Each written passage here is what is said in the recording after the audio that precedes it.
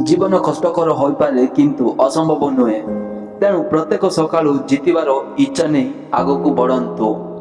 କଥା କଥାରେ ଭାଗ୍ୟକୁ ଦୋଷ ଦେଉଥିବା, ଅନ୍ୟ ଉପରେ ନିର୍ଭର କରୁଥିବା ବ୍ୟକ୍ତି କେବେ ସୁଖୀ ହୋଇପାରନ୍ତି ନାହିଁ।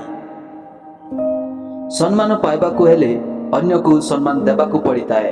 କାହାଠାରୁ ଜବରଦସ୍ତି ସମ୍ମାନ ମିଳିନଥାଏ।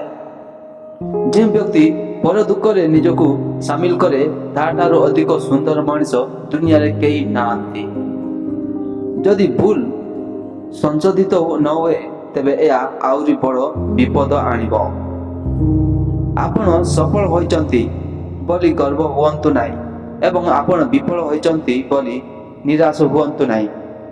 ସଫଳତା ବା ବିଫଳତା ଶେଷ ନୁହେଁ। ଯିଏ ଜାଣେ ସେ କ'ଣ କହୁଛି ସେ ଜ୍ଞାନୀ ଅଟେ, ଆଉ ଯିଏ ଜାଣେ ସେ କ'ଣ କହିବା ଉଚିତ ନୁହେଁ ସିଏ ହେଉଛି ଚତୁର ବ୍ୟକ୍ତି। ଆରାମରେ ବଞ୍ଚିବାର ସହଜ ଉପାୟ ହେଉଛି ଅନ୍ୟମାନଙ୍କୁ ଆରାମରେ ଜୀବନଯାପନ କରିବାକୁ ଦେବା। ଧୈର୍ଯ୍ୟ ସର୍ବଦା ତିକ୍ତ ଅଟେ କିନ୍ତୁ ଫଳାଫଳ ସବୁବେଳେ ମିଠା ହୋଇଥାଏ। ଜୀବନର ଆହ୍ୱାନର ସମ୍ମୁଖୀନ ହୁଅ। ଯଦି ତୁମେ ଜିତିବ ତୁମେ ଜଣେ ବିଜେତା ହେବ। ଯଦି ତୁମେ ହାରିବ ତୁମେ ଜଣେ ନିର୍ଦ୍ଦେଶକ ହେବ। କଦାପି ଆତ୍ମବିଶ୍ୱାସ ହରାନ୍ତୁ ନାହିଁ। ଆପଣ ଏହି ବ୍ରହ୍ମାଣ୍ଡରେ କିଛି ବି ହାସଲ କରିପାରିବେ। କଦାପି ଦୁର୍ବଳତାର ଶିକାର ହୁଅନ୍ତୁ ନାହିଁ। ସମସ୍ତ ଶକ୍ତି ତୁମର ଅଟେ। ଯେଉଁ ବ୍ୟକ୍ତି ନିଜକୁ ଘୃଣା କରିବାକୁ ଆରମ୍ଭ କରେ ସେ ନିଶ୍ଚୟ ପତନ ହେବ। ଧର୍ମର ମୂଳ ହେଉଛି ପବିତ୍ର ହେବା ଏବଂ ଅନ୍ୟମାନଙ୍କୁ ଭଲ କରିବା। ଆପଣ ଫଳାଫଳ ବିଷୟରେ ଯେତିକି ଧ୍ୟାନ ଦିଅନ୍ତି ସେ ଫଳାଫଳ ପାଇବା ପାଇଁ ବ୍ୟବହୃତ ପଦ୍ଧତି ଉପରେ ମଧ୍ୟ ଧ୍ୟାନ ଦେବା ଉଚିତ। ଯିଏ ଭବିଷ୍ୟତରେ ଯାହା ଘଟିବ ତା ଯଦି ହିସାବ କରେ ଜୀବନରେ କିଛି ହାସଲ କରେ ନାହିଁ। ଆପଣ ଯାହା ସତ୍ୟ ଏବଂ ଭଲ ବୋଲି ଭାବୁଛନ୍ତି ତାହା ତୁରନ୍ତ ଅଭ୍ୟାସ କରନ୍ତୁ। ତୁମକୁ ବାଧ୍ୟ କରୁଥିବା ପ୍ରତ୍ୟେକ ଇଚ୍ଛାକୁ ଗ୍ରହଣ କର। ଦୁର୍ବଳ ଥିବା ପ୍ରତ୍ୟେକ ଚିନ୍ତାଧାରାକୁ ପ୍ରତ୍ୟାଖ୍ୟାନ କରନ୍ତୁ। କୌଣସି ଜିନିଷ ପାଇଁ କିମ୍ବା କାହା ପାଇଁ ଅପେକ୍ଷା ନ କରନ୍ତୁ। ତୁମେ ଯାହା କରିପାରିବ ତାହା କର।